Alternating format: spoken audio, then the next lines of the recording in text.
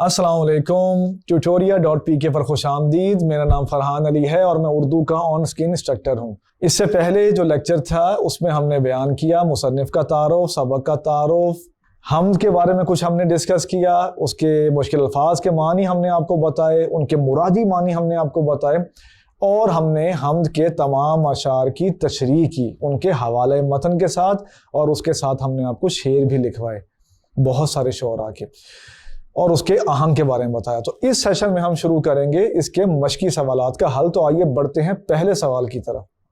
पहला सवाल आप देख सकते हैं अपनी किताब पे, उसमें पूछा गया है कि हम्द के हवाले से दर्ज झेल सवालात के जवाब दें।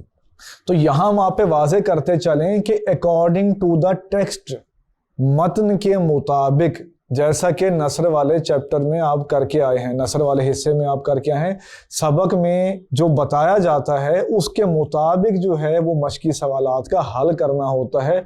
ऐसे ही तुक्के नहीं, जिसे कहते हैं ना तुक्के, तुक्के नहीं मारने होते, टामक तो यानी जो है ना वो मारनी होती, एक्यूरेट जवाब देना होता है अकॉर्डिंग टू द टेक्स्ट। ये हम आपको इसलिए बता रहे हैं कि कुछ कीज जो है इत्तफाक से हमारी नज़र से गुजरी थी, तो हमने देखा कि इस हम्द के बाद सवालात के जवाबात उन्होंने गलत दिए हुए हैं, उन्होंने जर्नलाइज उन्हें कर दिया है। वो हम आगे चल के डिस्कस करेंगे। दूसरी बात हम आपको ये बताते चलें कि जैसे हम आपको पहले भी बता चुके हैं कि फेडरल का पेपर हो या पंजाब के दीगर बोर्ड्स के पेपर हो, उसमें ये हिस्सा आता है कि सवालात पूछे जाते हैं और उनके मुख्तसर जवाबात देने होते हैं। रेंज डिफरेंट हो सकती है, फेडरल में अलग जो है इसके नंबर होते हैं और पंजाब के दीगर बोर्ड्स में नंबर इसके डिफरेंट होते हैं। जवाब देने का वही तरीका है, टेक्स्ट के मुताबिक देना है, 1 से 3 लाइनों का जवाब काफ़ी होगा।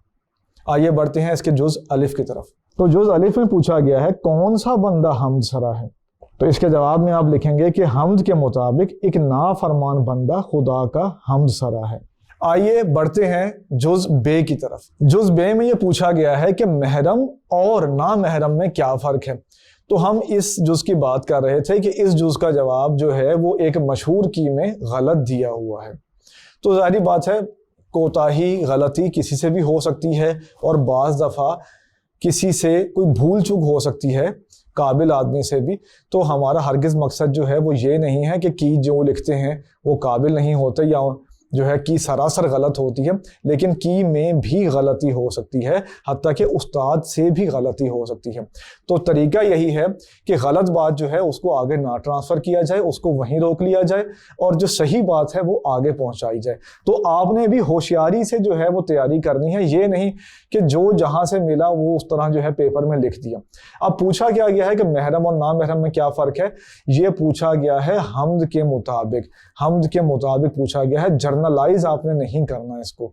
आइए हम हम्द के मुताबिक इसका जवाब देते हैं। तो हम्द के मुताबिक महरम और ना महरम में कोई फ़र्क नहीं, क्योंकि जो खुदा का महरम है वो किसी से उसका भेद नहीं कह सकता।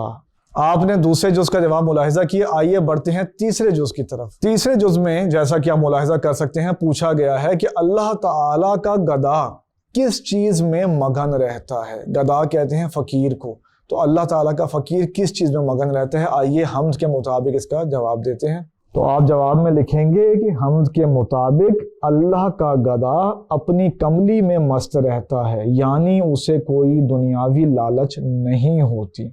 आइए बढ़ते हैं चौथे और आखिरी जुज़ की तरफ। चौथे जुज़ में हमसे ये पूछा गया है कि बादे सबा घर घर क्या लिए फिरती है। तो आप वो शेर जहन में लेकर आएं या किताब से वो शेर देख लें, उसके मुताबिक हम इसका जवाब दे रहे हैं। जवाब आप इस तरह शुरू करेंगे कि हम्द के मुताबिक बादे सबा हर घर में अल्लाह का पैगाम लिए फिरती है, वो अल्लाह की कुदरत का इजहार करती है। आपने ये समाअत किया, ये मुलाहिजा किया कि हमने हर जवाब का आगाज़ तकरीबन इन अल्फाज से किया है कि हम्द के मुताबिक। तो इससे क्या फ़ायदा होगा, जब आप पेपर में इस तरह जवाब लिखेंगे तो पेपर चेकर को ये अच्छी तरह पता लग जाएगा कि बच्चे ने हम्द पढ़ी हुई है, उसको ये पता चल गया है इस तालिब इल्म को कि ये सवाल हम्द से आया है। बाज़ दफ़ा तो आगे जुमला मोतरिज़ा में यानी ब्रैकेट में लिखा भी होता है पेपर में कि बहवाला हमद या बहवाला नात या जो भी नज़्म हो, लेकिन बाज़ दफ़ा ऐसा नहीं भी लिखा जाता। तो जब आप जवाब इस तरह शुरू करते हैं कि हमद के मुताबिक, नात के मुताबिक, या आगे जैसे इकबाल की नज़्म आ रही है कि अल्लामा इकबाल के मुताबिक या उस नज़्म के मुताबिक, तो पेपर चेकर को आप ये बावर कराने में, ये यकीन दिलाने में कामयाब हो जाते हैं कि आप 100% जो है वो किताब से जवाब दे रहे हैं। आपको अच्छी तरह ये पता चल चुका है कि ये सवाल किस जगह से आया है। तो इससे पेपर चेकर जो है वो आपको अच्छे नंबर देगा, आप ज़्यादा अच्छी कारकर्दगी जो है उसका मुजाहरा कर सकेंगे। पहला जो सवाल था वो मुकम्मल हुआ। आइए बढ़ते हैं दूसरे सवाल की तरफ।